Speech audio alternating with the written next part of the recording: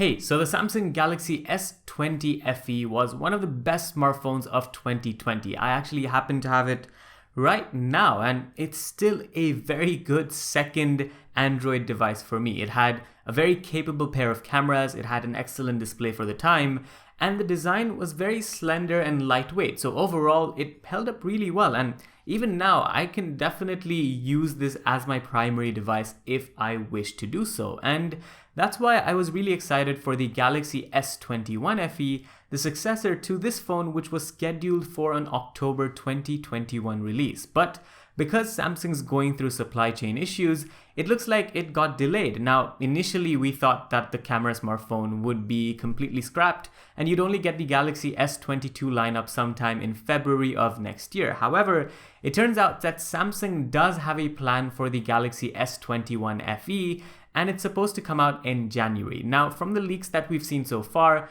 the design is more or less pretty similar to the Galaxy S20 FE as well as the Galaxy S21. So there's been some leaks of the back and the front of the smartphone, which I'll overlay on screen at the moment, and you'll be able to see that it borrows the same design traits as the Galaxy S21. It's got the same contour cut camera design with a triple camera setup on the back, and the back is made of a plastic build, and that's not too dissimilar to the Galaxy S20 FE. So far, if you look at it from a sheer hardware design upgrade, maybe it's not going to be that big of a deal. Also, it looks very similar to the S21, and given the fact that it's coming out so many months after the Galaxy S21, perhaps even the Galaxy S21 would be outdated by then because we'd have the Galaxy S22 series come out.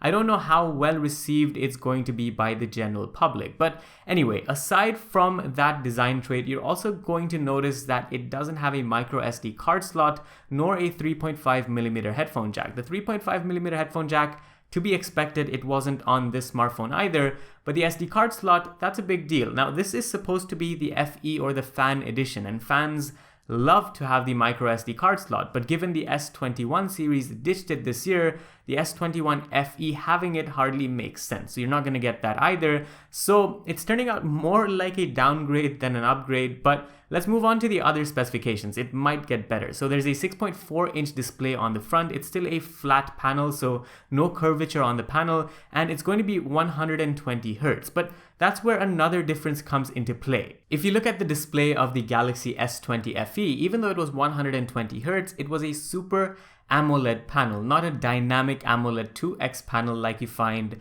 on the Galaxy S21 series. And more or less, it probably will be the case for the Galaxy S21 FE as well, where you won't get a dynamic AMOLED panel, you'll just get a regular Super AMOLED panel, which might affect battery life here and there, because a dynamic AMOLED panel sort of refreshes your refresh rate on the go. It optimizes things further, so you get better battery life, better performance when you're scrolling through applications, and that's something that you might not get with the Galaxy S21 FE, and perhaps even with the S20 FE, because now that I use this 120 Hz refresh rate display, it does feel a bit lackluster compared to other dynamic AMOLED panels that I've used thereafter. Now, the overall performance of the display, you're still going to find the same thing. You're going to get things like stereo speakers. You're also going to get adequate durability. So IP68 certification was on this phone, so it's going to come back for the Galaxy S21 FE as well. But in terms of internals, it's getting a bit interesting once again, because if you remember, the Galaxy S20 FE had two variants. In the UAE especially, it had a 4G variant with the Exynos processor and a 5G variant with the Qualcomm Snapdragon 865 processor back in the day. And it turns out with the Galaxy S21 FE, it's going to be the same again. You're going to get the Exynos 2100 CPU on perhaps the 4G model of the smartphone, and then the 5G model of the smartphone will get the Snapdragon 888 processor. But when this phone came out, that was all well and good, because it came out sort of halfway between the Galaxy S20 and the Galaxy S21. But when the Galaxy S21 FE comes out later, sort of at the start of next year, it's going to be so close to the Galaxy S22, and perhaps it won't even justify people buying that smartphone. And I don't know how Samsung is going to get over that hurdle.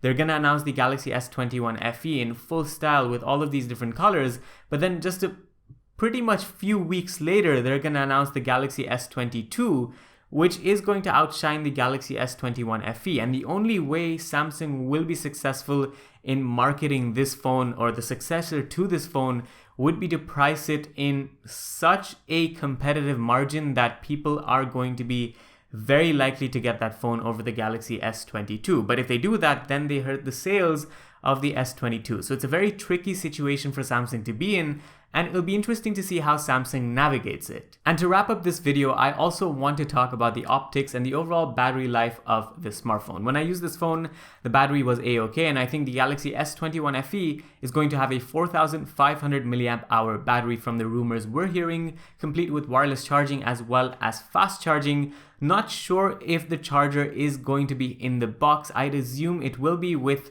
that charger not being in the box reserved for the flagship smartphones from Samsung, which again hardly makes sense. You can check out the video I made on that a couple of months ago, but regardless, the charger is gone. It's never coming back for flagships. I don't know if it'll come for the S21 FE. As far as the camera goes, there is a slight difference. So when this phone came out, it had a 12 megapixel camera, then an 8 megapixel and another 12 megapixels. So it was a wide, a telephoto, as well as an ultra wide angle setup. And that was different from the Galaxy S20 series, which was rocking the 64 megapixel camera, the telephoto one, back in the day. It turns out with the S21 FE, I think you're gonna get pretty much the same camera that you get on the Galaxy S21 lineup, which came out sometime in February. And it turns out that Galaxy S21 camera was very similar to the Galaxy S20 camera. So I think in an attempt to make the smartphone as cheap as possible, as affordable as possible, there might be sacrifices to the camera. So even though you might get a spec upgrade on paper, a 64 megapixel one versus a 12 megapixel one on the S20 FE,